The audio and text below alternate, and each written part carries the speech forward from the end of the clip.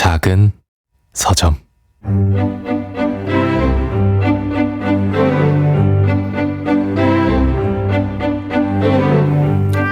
안녕하세요. 작은 서점에서 장강명의 인생책 코너를 맡고 있는 소설가 장강명입니다. 오늘 초대 손님은 중증 외상센터 골든아워를 쓰신 한산이가 이낙준 작가님입니다. 드라마로도 제작되어 큰 사랑을 받은 중증 외상센터 외에 열혈 닥터 명의를 향해, 의술의 탑, 닥터 조선가다, AI 닥터 등 의사로서의 경험이 바탕이 되는 흥미진진한 이야기들을 꾸준히 발표하고 계시죠. 이낙준 작가님 모시고 인생책과 더불어 다양한 이야기 나눠보겠습니다.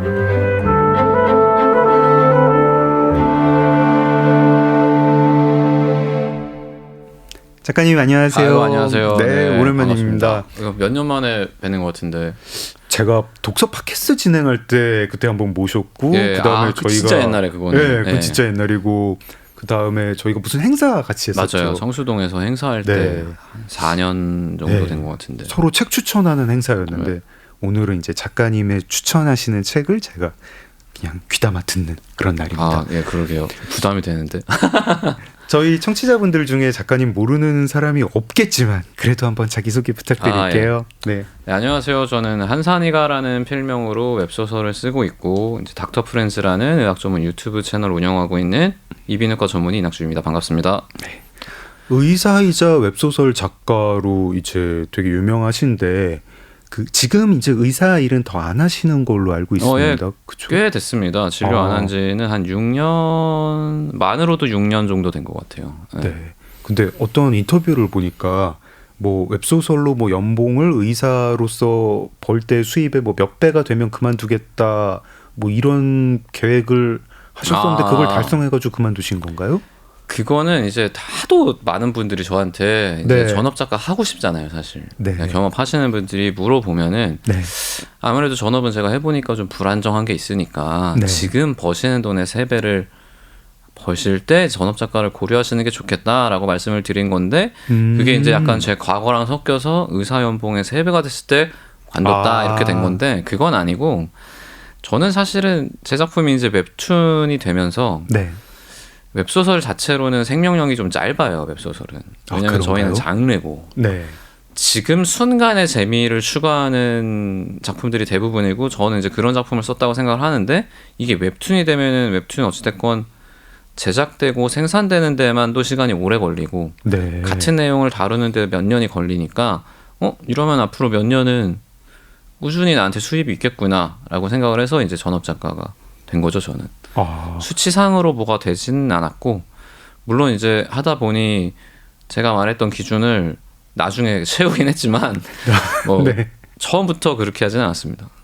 이 웹소설이라는, 이제 지금 저희가 어떻게 규정을 할지, 어떻게 이걸 분석해야 될지 잘 모르는 그렇죠. 네, 그런 어떤 콘텐츠이기도 하고 비즈니스이기도 하잖아요. 그리고 이제 그 와중에 저번에 저희가 이종범 작가님도 모셨었는데, 그 와중에 활발한 작품 활동을 하시는 이제 작가님 같은 분이 계신데, 사람들의 질문이 이걸 어떻게 이 장르를 대해야 될지 모르니까 질문이 되게 한정이 돼요. 맨날 그쵸.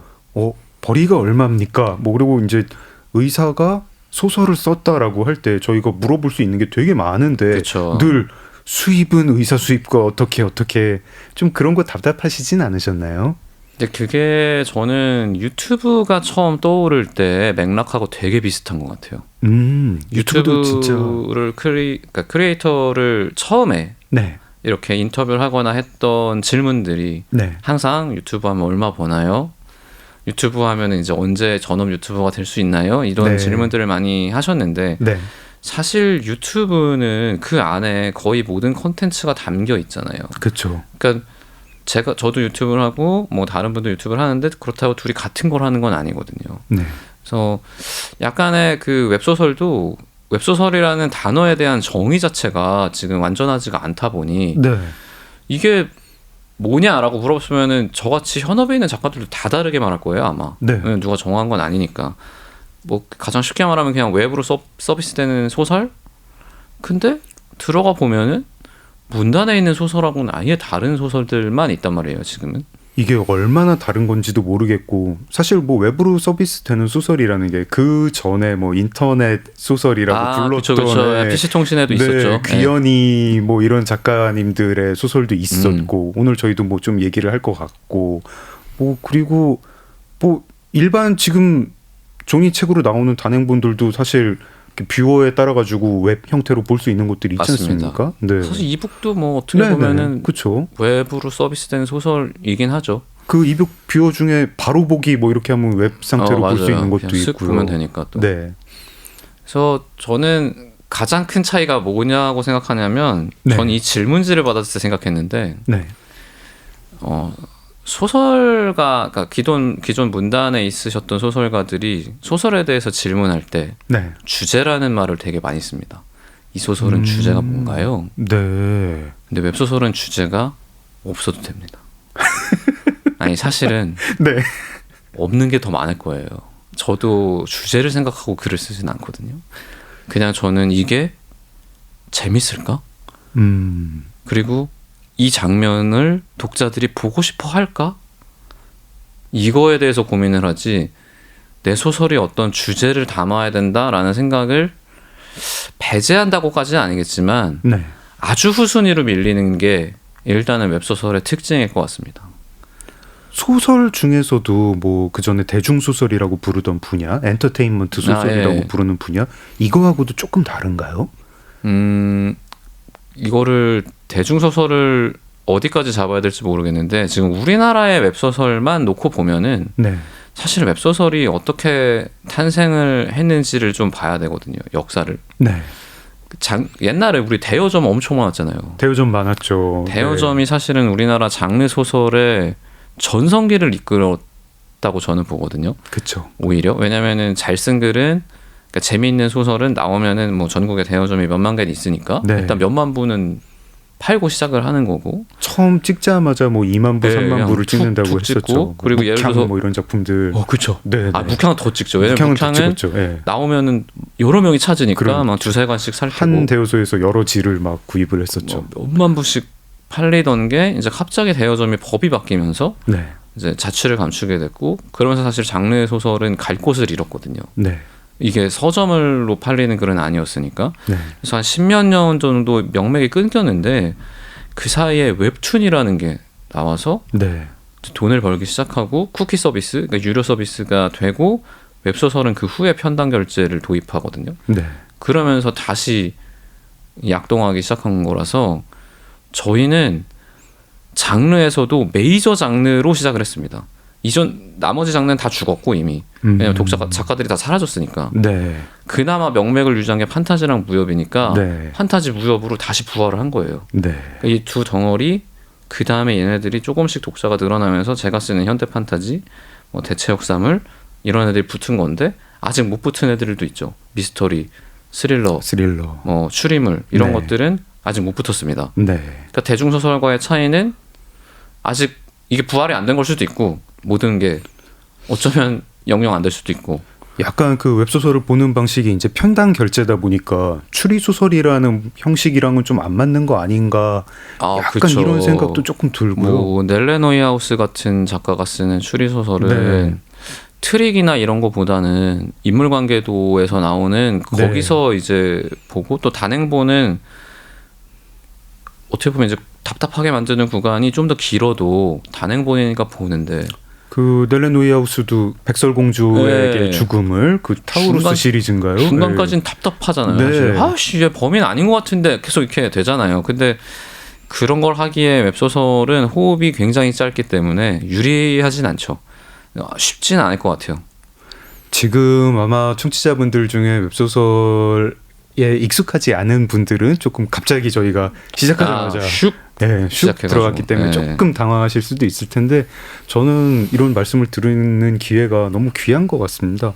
이 웹소설의 상업적 가능성이 정말로 21세기에 이렇게 폭발한 장르가 있나 싶을 정도로 어마어마하죠. 너무너무 폭발을 했고 엄청나게 이제 성장을 했고 근데 너무 성장을 하고 거기에서 조금 이제 실력이 있는 플레이어들이 이런 담론을 만들기 전에 본인이 생산을 해야 되니까 그렇죠, 그렇죠. 네, 생산을 하느라 너무 바쁘고 그래서 아무 비평 담론 없이 전혀 없죠. 전혀 없고 그리고 이거를 과거에 뭐 이제 저희가 장르 소설이라고 불렀던 지금도 부르고 있는 말씀하셨던 뭐 추리나 스릴러나 네. SF나 이 여기를 비평하시던 분들이 자기 도구를 가지고 비평을 하시는데 잘 안 맞아요.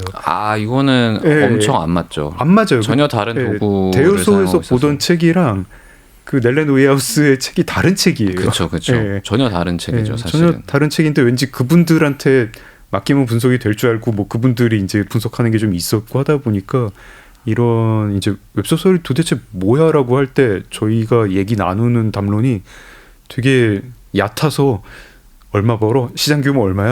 그렇죠. 거저 말어? 나도 해? 그런 담론이 근데 저는 있어야 그래야 호기심이 유발이 되고 네. 유튜브도 그런 방식을 통해서 많이 커졌다고 저는 생각을 하거든요. 그리고 네. 지금은 유튜브라고 했을 때 뭐 당연히 돈 얘기도 따라 붙겠지만 저 사람이 만드는 컨텐츠가 뭔지 이런 거에 대해서 조금 더 고민을 해주는 시기가 왔잖아요. 네. 웹소설은 제가 10년차 작가인데 저 정도 되면은 원로까지는 아니더라도 웹소설에서는 거의 제 위로 많이 없습니다. 그러니까 없죠. 장르판에서 살아남아서 부활한 이런 사람들 아니고서는 굉장히 제가 오래된 편이에요. 작가님은 웹소설계의 이제 시조세이기도 하거니와 특히 이제 웹소설에서 그 현대 판타지에서 전문직 작가 등장에 정말 효시 아닙니까? 작가님이 최초 아닌가요? 저보다도 의학물이 있죠. 그리고 이제 참 신기한 일인데 제 의과대학 동기도 웹소설을 씁니다. 그렇습니까? 네, 거기에 뭐가 흐르나. 근데 그 친구가 먼저 썼어요. 저보다 의학물을. 그리고 그래요? 그게 꽤 잘 써서 그것도 네. 아마 성적이 굉장히 좋았을 거예요. 근데 네. 이게 시절이 다르다 보니까 그때는 웹소설 파이가 좀 작았을 때 잘 됐다 보니 네. 조금 발굴될 기회가 좀 적었다고 해야 되나? 그래서 이제 그 친구 지금도 다른 소설 쓰는데 이제 아예 판타지 장르로 넘어갔고 네. 그 친구는 저는 이제 의학물을 계속 파다 보니까 뭔가 현대 의학물 하면 한산이가처럼 돼 있지만 분명히 제 전에도 있었습니다. 몇 개 있었어요. 꽤 잘 된 게.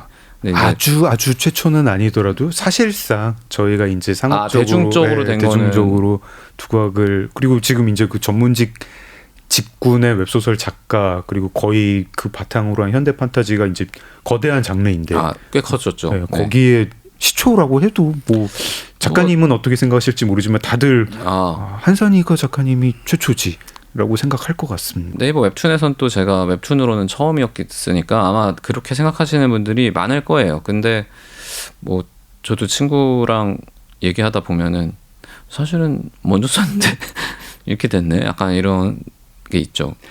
이게 사실 뭐 글 쓰는 사람이 비평을 잘하지는 않잖아요. 전혀 그거는 그렇죠. 아무 상관이 없는 아무 상관이 거잖아요. 없죠. 아무 상관이 없죠. 비평을 잘한다고 글을 잘 쓰는 것도 전혀 그렇죠, 아니고 그런데 이거를 웹소설계에서 재능 있는 플레이어들이 다 지금 쓰고 있으니까 그렇죠. 그리고 바쁘니까 네. 이런 웹소설에 대해서 웹소설의 어떤 잠재력 혹은 뭐 기존의 어떤 종이책이든 소설이든 문학이든 하고 다른 특성을 조금 이렇게 정제된 언어로 정연하게 이야기해 줄 수 있는 분이 거의 안 계신 것 같아요.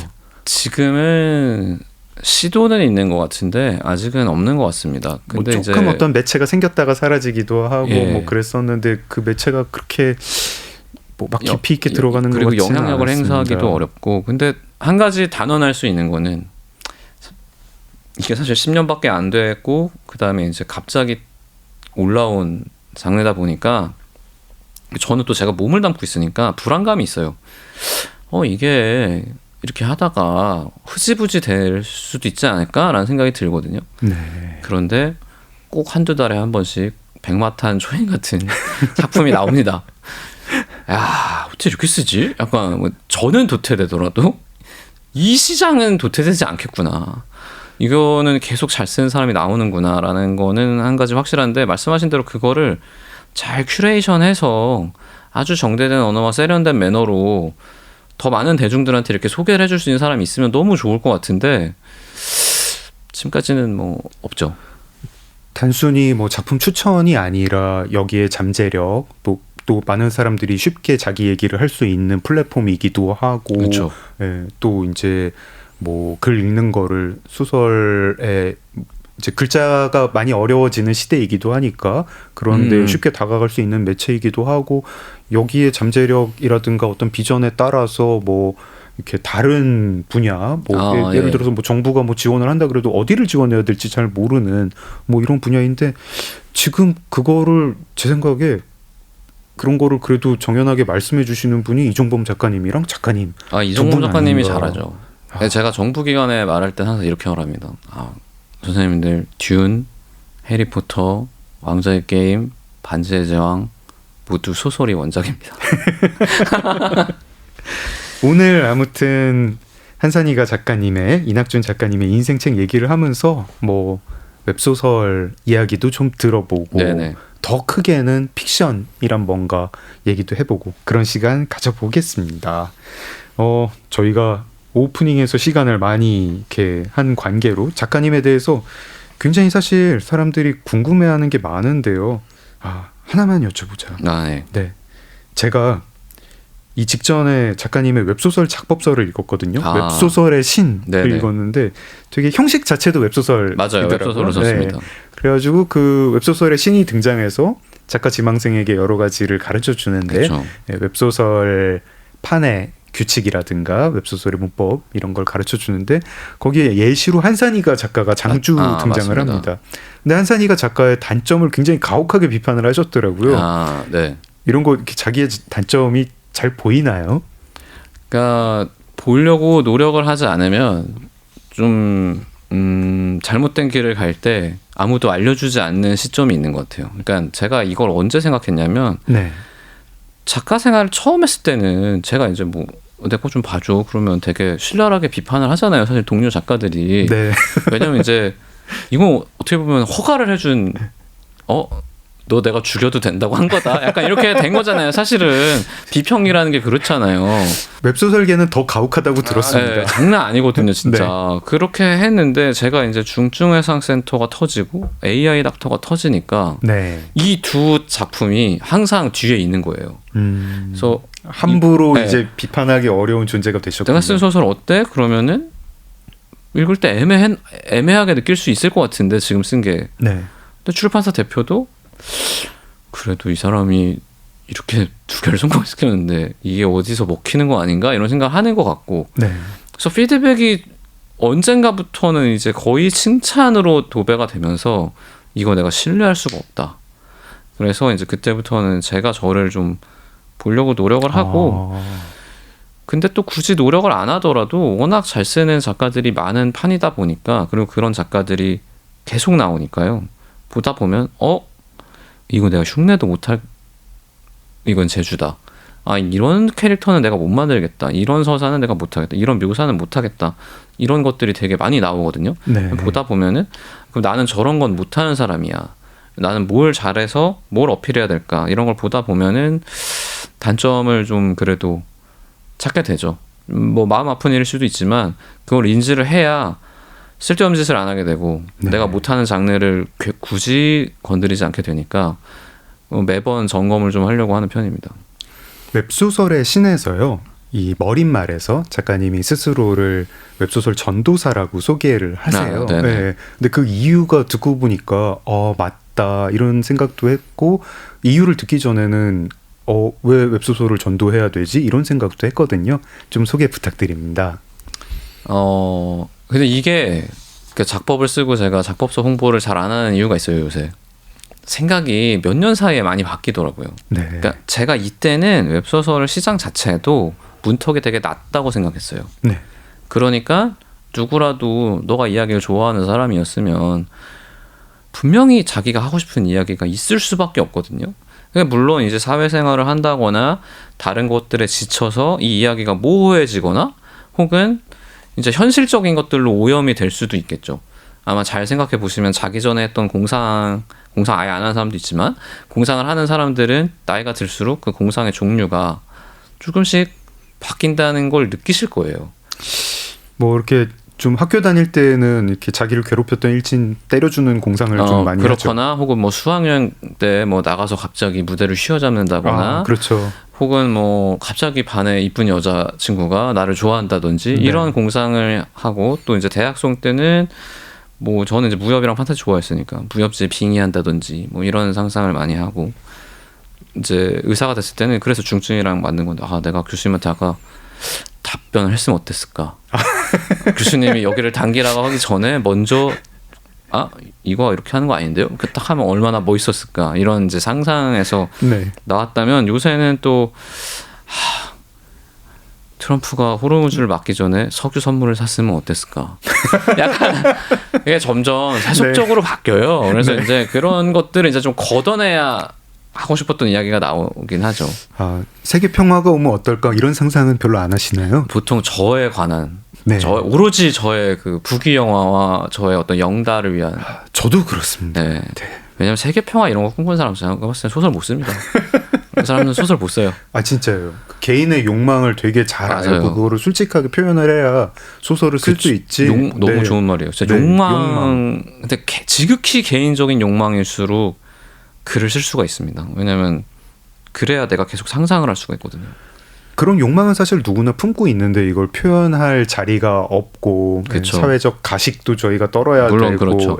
그거를 들어줄 사람도 없고 할 때 웹소설이 굉장히 좋은 플랫폼이 된다. 저는 이렇게 이해를 했거든요. 필명으로 나를 가릴 수 있고 네. 그리고 누군가의 허락을 받지 않아도 글을 올릴 수 있잖아요. 네. 그런 측면에서 굉장히 좋았고 또 제가 시작할 때만 해도 사실은 수요가 공급보다 많았어요. 되게 특이한 시장이었습니다. 왜냐하면 대여점이 없어지면서 그 작가들은 사라졌거든요. 왜냐면 먹고 살 수가 없으니까. 근데 네. 독자들은 추억을 갖고 있단 말이에요. 내가 어렸을 때 되게 재밌게 봤는데. 근데 어디 가면 비슷한 소설이 연재가 된다더라 해서 상대적으로 빨리 모이지만 작가는 만들어지는 데 시간이 걸리거든요. 네. 처음에는 확실히 그 괴리가 있어서 좀 쉽게 문턱도 낮게 데뷔할 수 있었는데 이게 아마 언제 나온 책이지? 웹소설의 신이? 2022년이요? 네. 불과 4년 전인데 그 사이에 또 그만에 바뀌었나요? 이미 저 같은 작가들이 이제 적폐 작가가 됐습니다. 이제 여러분들 들어오시면 저랑 싸워야 돼요. 고인물 이낙준과 고인물 싸워야 된다. 썩은 물 이런 사람들 많습니다. 진짜 잘 쓰는 사람 많아졌고 그리고 네. 다른 판에 있던 사람들, 네. 뭐 드라마나 뭐 문예나 네. 영화나 방송계에 있던 사람들이 여기가 워낙 이제 또 돈이 된다는 얘기가 있고 가면 이야기를 또 재밌게 하면 읽어주는 독자가 있는 시장이다라는 게 쫙 번지니까 너무나 많이 들어왔고 이제는 처음엔 좀 시행착오가 있었거든요. 네. 왜냐면 웹소설은 아무래도 웹소설만의 또 재미가 있는데 그걸 이해하지 못하면 먹히지 않거든요. 연예인들이 처음에 유튜브에서 애를 먹었듯이. 네. 근데 지금은 유튜브 뭐 연예인 유튜브가 진짜 잘 나가잖아요. 네. 그런 것처럼 이 글을 평생 다루었던 사람들이 웹소설에서도 두각을 나타내면서 지금은 문턱이 너무 올라와서 지금은 웹소설 전도사는 아니고요. 얘기를 하다 보면은 조리 있게 말을 한다든지 말을 재밌게 한다든지 글을 처음 써왔는데 대사를 되게 잘 쓰네. 전 다른 건 안 보거든요. 대사만 보는데 그럼 한번 해봐라. 재능이 있으면 여전히 도전해 볼 만한 그래서 영역이다. 요새는 좀 소극적인 추천가가 됐습니다. 대신 독서는 얼마든지 너무나 좋은 글들이 많다. 이렇게. 이거를 사실 이제 저희가 모르는 사이에 작가층이 되게 두터워졌고 여러 시행착오 끝에 그 웹소설을 주로 보는 이 디바이스하고 결합한 어떤 문법도 대강 정리되어 가는 와중인데 그거를 누구도 잘 모르고 있고 뭐 그게 뭐 기사에서 언론 기사에서 그쵸, 나오거나 그쵸. 이러지는 않고 그런 변화를 이낙준 작가님을 통해서 들어보도록 하겠습니다. 뭐 가볍게라도. 네. 네. 작은 서점 장강명의 인생책 이낙준 작가님 모시고 말씀 나누고 있습니다. 네, 저희가 이제 인생책 이야기를 해볼 건데요. 게스트에게 인생책을 3권 먼저 골라달라고 부탁을 드리고 게스트가 보내주신 책 중에 한 권을 제가 읽고 2부에서 집중적으로 이야기를 나눕니다. 저희가 요청을 드렸더니 이낙준 작가님은 서머신 모음의 달과 육펜스, 그리고 이용도 작가님의 눈물을 마시는 새, 알렉산드르 뒤마의 몽테크리스토 백작을 보내주셨습니다. 모두 일단 소설이네요. 네. 소설이고 웹소설은 아니고 근데 저희가 장르 소설이라고 부르는 소설도 있고 엔터테인먼트 소설이었다가 고전이 된 소설도 있고. 네. 네. 일단 평소 독서는 좀 소설 위주로 하시나요? 저는 거의 소설밖에 안 봅니다. 그리고 왜 웹소설을 제외했냐면 네. 작가님의 요청이 있었어요. 장강명 작가님이 충분히 읽을 수 있는 분량으로 해주세요라고 했는데 네. 제가 지금 재밌게 제가 되게 좋아하는 책이 이제 몇 개 있어요. 뭐 아포칼립스의 집을 숨김, 뭐 검은 머리 미군 대원수 다 이제 이만한 책으로 뭐 10권이 넘어가는 네. 분량이기 때문에 제가 뭐 그래도 그거 보고 오셔야죠 이렇게 할 수는 없잖아요 사실. 그래서 이제 아니 저희가 섭외를 하고 한 반년 정도 이렇게 기다려가지고 모실 수 있으면은 네 그렇죠. 네, 그러면 제가 그런 거 추천을 할수 하겠지만 있는데, 예. 이거는 안 되기 때문에 일단 배제했고. 제가 그리고- 전독시 정도는 그래도 완독했습니다. 전독시를 네, 전지적 독자 시점. 재밌죠. 전지적 네. 독자 시점. 종이책도 전권 가지고 있었습니다. 저도 가지고 있습니다. 네. 근데 인생 책이냐? 아쉽게도 웹소설에서는 또 제 취향에서는 더 윗줄이 아하. 있어서 네. 하여튼 뭐 열심히 골라서 추천을 해드렸죠. 소설 위주로 읽으시고 소설 중에서는 좀 뭐 이렇게 좀 서사성이 강한 소설 이런 걸 좋아하시나요? 이게 뭐 제가 처한 상황에 따라 다른 것 같은데 가끔은 단편을 그냥 볼 때도 있어요. 사실 단편은 서사보다는 저는 네. 뭔가 그냥 알쏭달쏭 약간 이런 느낌도 있고 혹은 어떤 대목이 그냥 좋은 경우도 있고 네. 혹은 그냥 문장이 좋은 경우로 남는 경우도 저한테는 있거든요. 네.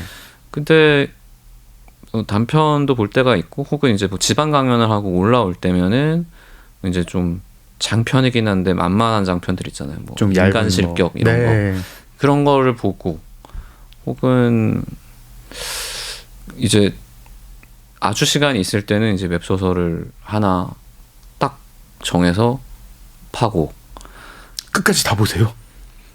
지금 이제 아포칼립스의 집을 숨김이 얼마 전에 완결이 났습니다. 그래서 제가 네. 그걸 한 500화까지 원래 봤었는데 네. 저는 그러면 다시 봐요. 그래서 지금 이제 달리고 있습니다. 네. 며칠이 아니지 한 2주째 하나를 잡고 달리고 있습니다. 네.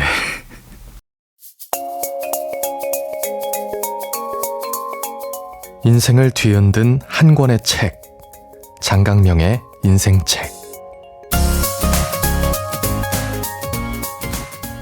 작은 서점 장강명의 인생책 한산이가 이낙준 작가님과 대화 나누고 있습니다. 저희는 1부에서 눈물을 마시는 새와 몬테크리스토 백작을 이야기하고 2부에서 달과 유펜스 집중적으로 이야기해 보겠습니다. 먼저 눈물을 마시는 새 그리고 이영도 작가님 설명 좀 부탁드립니다. 이용도 작가님은 뭐 제가 이제 중학교 때 드래곤 라자로 데뷔를 하신 작가님이시고요. 네. 그때 이제 PC 통신으로 아마 글을 쓰셨을 거예요. 그렇죠. 저희- 하이텔에서 아마 저희 집은 근데 이제 모뎀 쓰면은 막 이렇게 그런 집이었기 때문에 네. PC 통신은 못했습니다. 아, 저는 그래서 드래곤 라자를 이렇게 한창 연재될 때 본 게 아니고 네. 이제 서점에 꽂혔을 때 그때 비로소 봤는데 네. 원래 저희 집은 이제 아버님부터 해서 무협지 매니아예요. 그래서 저희 집은 항상 무협지가 그냥 집에 있었습니다. 네. 뭐 김용 영웅문부터 해가지고 쫙 있었는데 원래는 이제 아빠가 저한테 그거를 추천하는 입장이었죠. 처음으로 제가 아버지한테 역으로 추천한 게 드래곤 라자입니다. 그렇습니까? 그리고 아버지만 해도 그때까지 판타지는 안 봤었거든요. 네. D&D를 모르잖아요. 네. 근데 처음엔 엄청 거부감이 컸어요. 이 드래곤 라자가 그냥 판타지가 아니라 약간 그 아까 D&D라고 예. 하신 던전 앤 드래곤스라고 하는 그 룰을 어떤 뭐 이제 미국의 보드 게임, 네, 맞죠. 서양의 보드 게임을 바탕으로 한 판타지다 보니까 조금 문턱이 있죠. 그렇죠. 그리고 저희 아버지도 목사님이세요.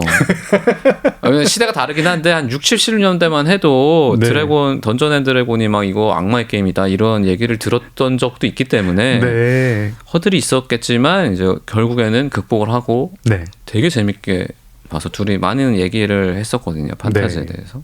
저한테는 사실 소설 이상의 어떤 추억을 만들어준 작가님이시고 그 후로 뭐 폴라리스 랩소디나 뭐 눈물을 마시는 새부터 해서 새 시리즈 네. 그리고 뭐 오버 더 호라이즌 같은 오버 더 시리즈도 계속 꾸준히 작품 활동을 하시는데 사실 제가 좀 아쉬워하는 작가이기도 합니다. 작품을 너무 요즘 좀 안 쓰셔가지고 더 많이 써야 돼. 이런 사람 네. 더 많이 써야 되거든요. 네. 근데 소문이 있어요. 과수원을 하신다고. 과수원을 하신다고. 그래서 팬들끼리 농담 삼아서 과수원을 불태워버리자. 가수원을 불태우면 더 쓸 텐데 이런 말을 많이 하거든요. 저도 올해... 그런 말을 하는 팬 중에 하나로서 항상 신작을 기다리고 있는 작가님이시죠. 1990년대에 이제 한국의 어떤 판타지 소설, 이 무협하고는 거리가 먼 서구식 판타지 소설이 한국에 유행이 될 때 정말 그 제일 앞줄에서 계셨고 사실 맞아요. 거기에 제일 대표자이시고 그쵸. 서구식 판타지 소설은 그 다음에 사실은 뭐 이렇게 큰 결실을 내지는 못하고 그다음에 약간... 뭐 전민희 작가의 네. 룬의 아이들 눈의 아이들 뭐 해외에서 굉장히 많이 팔렸다고 하고요. 그리고 이제 뭐 더 뒤에도 뭐 많지만 지금까지 회자되고 지금 독자들한테도 읽히는 작품은 그 정도인 것 같아요.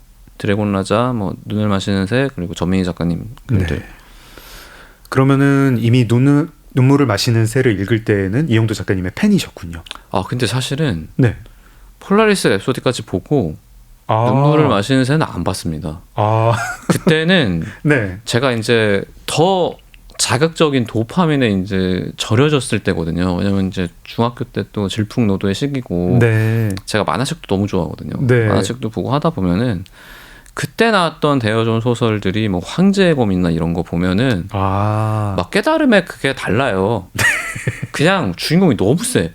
막 심검 이러면은 막 그냥 마음으로 결심하면 죽어요 상대가. 네.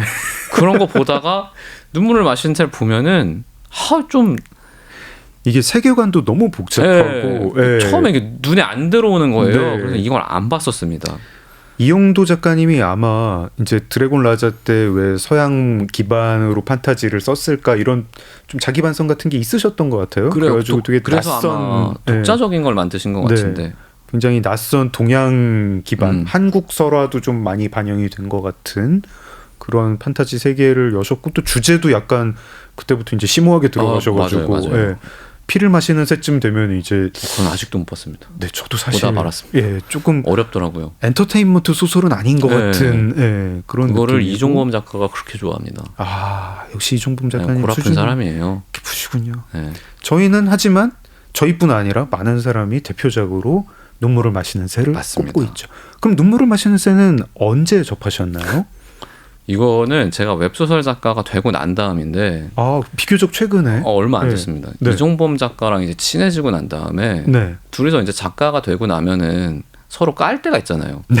뭐 얼마나 봤나 얘는 너의 덕력의 깊이는 어느 정도가 될까? 보통 이제 판타지 무협 쪽은 제가 확실히 위고 만화는 이제 이종범 작가가 위인데 저한테 눈물을 마시는 새 왜 얘기는 안 해? 그래서 그다음 거 안 봤는데 그랬더니 갑자기 경멸의 눈을 하면서 넌 어떻게 소설을 쓴다는 사람이 그리고 이영도 작가를 좋아한다고 하는 사람이 눈물을 마시는 새를 안 볼 수가 있냐? 그건 좀 경멸 받을 만하네요. 네. 그때 근데 너무 억울하더라고요. 아니 안 볼 수도 있지. 나이 차이가 있지 않으신가요? 저랑 3살 차이 나죠. 형이죠, 형. 더 젊어서 볼 기회가 없었다 뭐 이렇게. 그러기는 좀 이미 고등학교 때 나온 책이니까. 그래서 그때 제가 이제 양장판을 사가지고 한번 봤습니다. 보다가 이거는 경멸 받을 만했다. 나도 나중에 누가 안 봤다 그러면 바로 경멸해야겠다. 그런 생각이 들 정도로 너무나 너무 잘 쓴 책이었어요. 깜짝 놀랐습니다. 지금 프랑스에 되게 큰 무슨 판타지 문학상의 후보로 올라가 있는데 저희 청취자분들께 소개 좀 부탁드립니다. 눈물을 마시는 새 일단 뭐 간단하게나마 뭐 줄거리라든가 뭐 세계관이라도 좀 설명을 해주시죠. 눈물을 마시는데 세계관은 이제 인간 그리고 레콘이라고 하는 닭. 근데 이제 닭이라 그러면 되게 볼품 없어 보이지만 엄청나게 거대한 몸집을 가진 힘이 가장 강한 이제 민족이 있고요. 이 사람들하고는 이제 무력으로는 싸울 수가 없습니다. 그리고 이제 도깨비는 평화를 사랑하는데 불을 다룰 수 있어요. 그래서 싸울 일은 별로 없겠지만 만약에 전투가 벌어지면은 사실은 이길 수가 없는 종족이고 나가라고 해서 뱀 인간입니다. 뱀 인간. 근데 지금 이 세계의 절반은 나가가 다스리고 있어요. 이게 세계선이라고 하는데 시작은 어떻게 하냐면 인간인 케이건 드라카라는 주인공이 이렇게 걸어가는 걸로 시작을 하거든요. 네. 첫 문장이 이제 생존이 천박한 농담이 된 시대에 한 사내가 사막을 걷고 있었다. 네. 사막인가? 하여튼 이렇게 시작을 합니다. 일단 문장부터 어렸을 때는 왜 이게 싫었는지 모르겠는데 나이가 들고 보니까 생존이 천박한 농담이 된다. 이게 어디에나 써먹을 수 있는 글이다라는 생각이 들어요. 일단 방송 용어는 아니지만 정말 폭풍 그 두 글자 일본 네. 용어가 나오는 네. 그쵸. 폼이 정말 나는 말이죠. 그렇죠. 생존이 정말 천박한 농담이 됐구나. 이때는 이제 그런 시대는 아니구나. 이때는 뭔가 그런 한바탕 그런 시대가 있었고 지금은 전혀 다른 시대가 열렸구나라고 하면서 시작을 하는데 알고 보면은 정말로 거대한 위기가 찾아오고 있고 네. 그래서 이 4개의 종족 중에 일부분의 사람들이 모여서 한 종족이 꾸미고 있던 너무나 거대한 음모를 막아내는 이야기입니다. 네. 근데 이거는 사실은 직접 보셔야 돼요. 왜냐하면 너무나 방대한 이야기가 있고 그 이야기 안에 또 이야기들이 있어서 눈물을 마신 새 같은 경우는 중증외상센터처럼 명확한 이야기는 아니에요. 사실. 그렇죠. 중증외상센터는 백강혁의 중증외상센터를 살림이 딱 하나로 예약이 된다면 이거는 그러진 않습니다. 안에 주제도 있고 셋이 하나를 막을 수 있다. 이것도 참 저는 주제 의식이 담겨 있는 책이라고 생각을 합니다. 뭐가 약간 좀 독특한 이제 서술 방식인데 1, 2권에서 이 일행들이 추구하던 게 한 중간쯤에 끝나고 해결이 되고 그다음에 전쟁이 벌어지고 그리고 뭐 이렇게 각 인물마다 종족마다 굉장히 자기 목적이 있었는데 그게 얽히기도 그게 하고 다 얽히고 네. 사실은 일부 포기해야 되는 일도 네. 생기고 전혀 다른 방식으로 이루어지기도 하고 네. 그러면서 결국에는 타협을 해서 어쨌건 주인공도 양보를 하는 셈인데 네. 그렇게 해서 이제 결국 파국을 막는 이야기잖아요. 그러니까 결국 사람들의 그쵸. 이야기인데 어떻게 엔터테인먼트 장르에서 이렇게 풀었을까? 근데 그러면서도 시종일관 재미를 놓치지 않았을까라는 지점에서 저는 이게 보면서 내내 되게 놀라웠어요. 네. 이거 심지어 망막박리 걸렸을 때도 한 번 더 봤거든요. 엎드려가지고 그렇게. 의사들이 보통 이렇게 환자들한테 하지 말라는 거를 본인들은 많이 하는 것 같습니다. 왜냐하면 이제 저희는 네. 여기서 더 하면 안 된다라는 걸 아니까. 네. 우리는 위험선이 정확히 어딘지 알지만 저희는 아니까 한계선을 알거든요. 의사 아닌 분들은 의료인 아닌 분들은 그냥 노란선부터 들어가지 마세요. 판단은 저희는 레드라인까지 가고 네. 여러분들은 노란선. 맞네요. 그 말이 딱 네. 정확합니다. 저는 그렇게 의사분들 중에 맨날 이렇게 환자들한테는 술 마시지 말라고 하고 본인들은 그렇게 술 많이 드시는 분들을 보면서 큰 배신감을 느낍니다. 아니요. 그건 배신감이 아닙니다.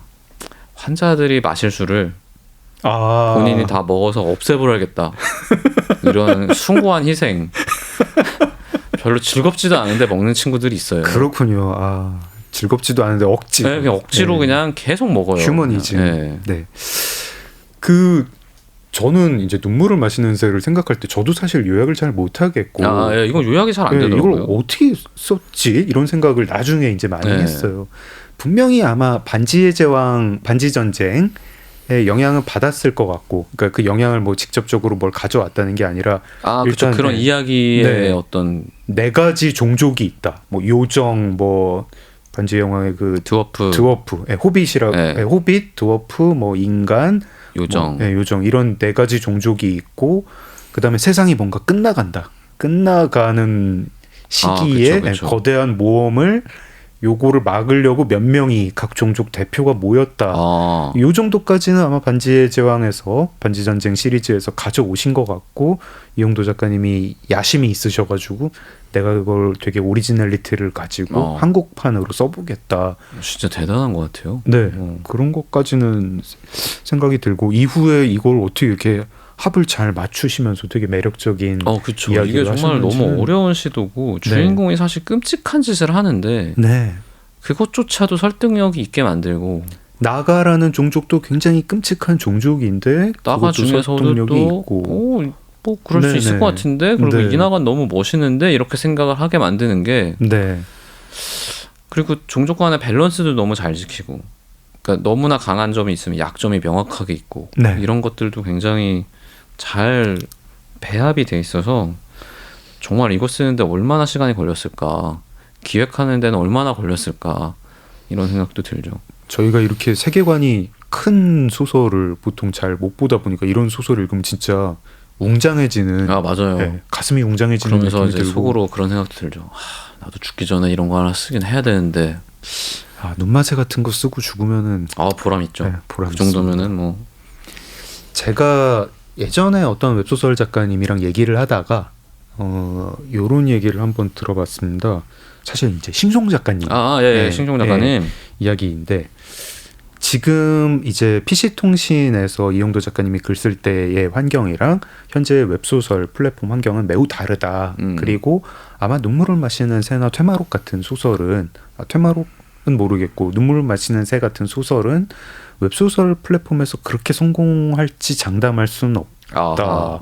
이게 이제 웹소설 플랫폼에서 인센티브를 작가에게 주는 방식에 대한 이야기였어요. 어떻게 생각하시나요? 혹시 그 질문을 언제 하셨어요? 이건 좀 옛날입니다. 당선 합격 계급이라고 제가 2019년에 낸 책이 2019년. 있는데, 예, 19년이면 그러니까 저도 2018년? 그렇게 대답을 했을 것 같아요. 그렇습니까? 19년이면 18년, 네. 19년이면.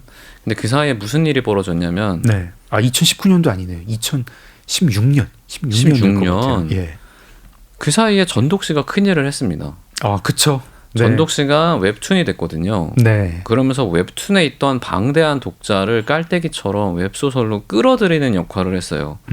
그런 작품이 이제 화산기한도 있고 몇몇 작품들이 있습니다. 네. 끌어들이면서 웹툰의 독자들은 기존의 웹소설 독자들보다 조금 더 장르 수용력이 높아요. 그렇습니까? 그리고 원래 독자풀이 넓어지면은 네.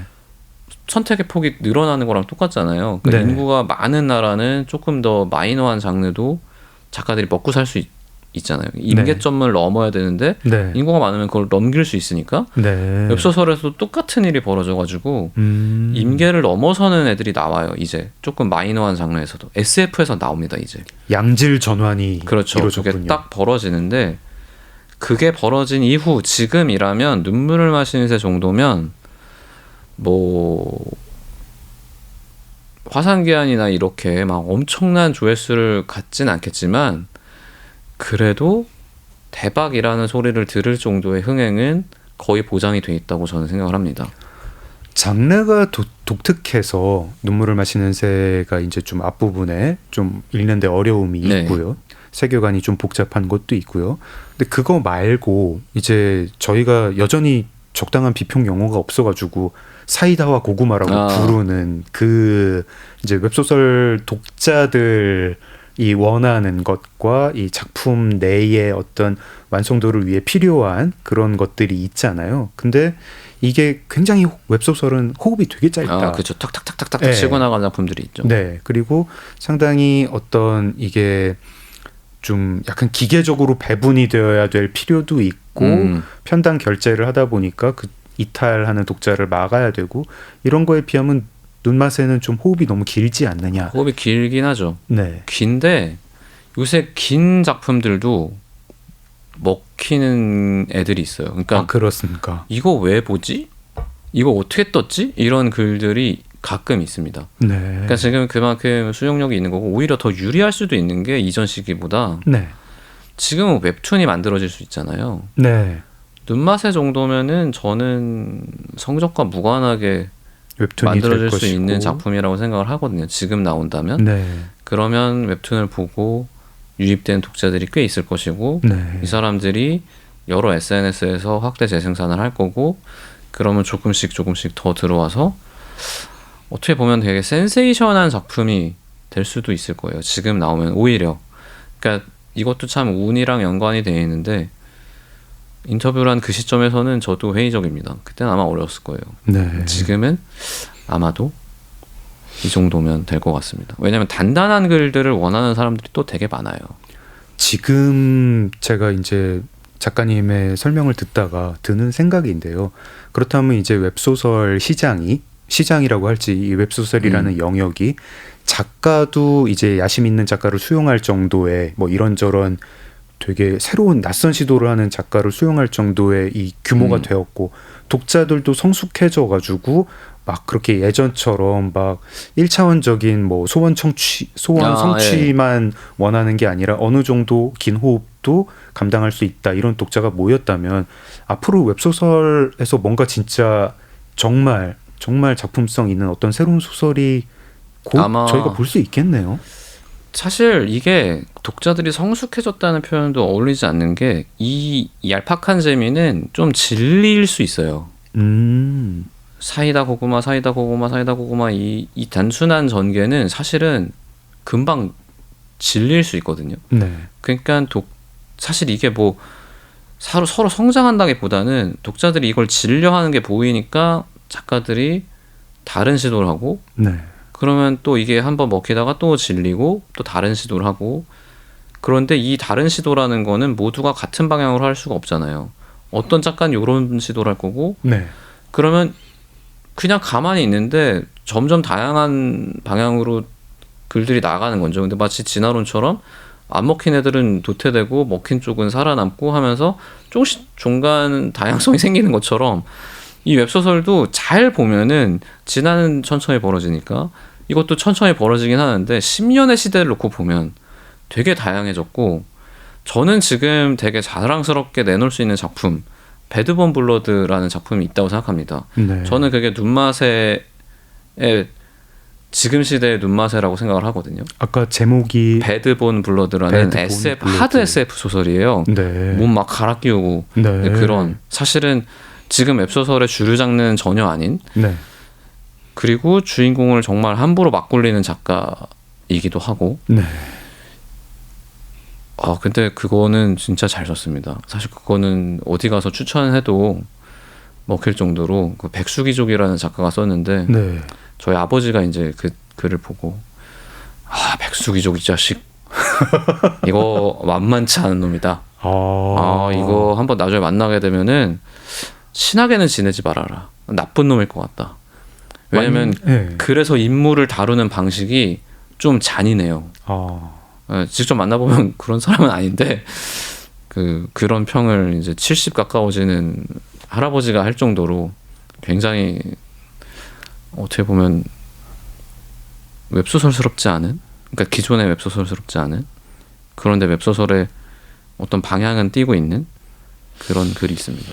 저는 지금 작가님 말씀 들으면서 드는 생각이 K-팝 처음에 시작할 때 같은 느낌이 들어요. 그때 보이밴드 뭐 걸그룹 이런 게 나오면 굉장히 이제 비평적으로 조롱의 대상이었거든요. 그렇게 했었잖아요. 뭐 군무, 뭐 가창력 없는 뭐 기계처럼 뭐 군무, 뭐 그리고 뭐 이렇게 뭐 10대 팬들의 무슨 뭐 이 돈을 받아가지고 상업적으로만 의미가 있을 뿐이지 음악성은 없다. 뭐 이런 비판을 엄청 하다가 이제는 그냥 어느 순간 자랑스러운 한국 문화. 저희의 정말 자랑이 됐죠. 네. 네. 불과 20년 사이에 네. 그냥 한국 대중음악의 주류 그리고 그냥 세계적으로 경쟁력이 있고 음악성 있고 그랬는데 그런 날이 오겠군요.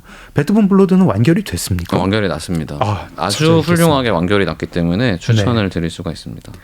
이낙준 작가님이 첫 번째로 꼽아준 인생책, 이영도 작가님의 눈물을 마시는 새 그리고 웹소설 이야기 조금 나눠봤습니다. 네. 저희가 원래 1부에서 눈물을 마시는 새와 그리고 몽테크리스토 백작을 함께 이야기를 하려고 했는데요. 이낙준 작가님 역시 공력이 만만치 않으셔가지고 듣다 보니 그냥 어느새 1부 시간이 다 지나버렸습니다. 내일 2부에서 몽테크리스토 백작과 달과 육펜스 이야기 듣겠습니다. 작가님, 이게 1부에서 제가 진행 미숙으로 이렇게 몽테크리스토 백작은 못 들었네요. 그러니까 저도 시간 가는 줄 모르고 너무 즐겁게 얘기했습니다. 제가 이렇게까지 시간 가는 줄 모르고 이야기 듣지는 않는데요. 정말 시간 가는 줄 몰랐습니다. 저도 너무 즐거웠습니다. 네, 그럼 내일 2부에서 또 뵙겠습니다. 네, 반갑습니다. 네, 이낙준 작가님 보내드리면서 김동률의 출발 듣겠습니다. 작은 서점, 지금까지 소설가 장강명이었습니다. 감사합니다. 아주 멀리까지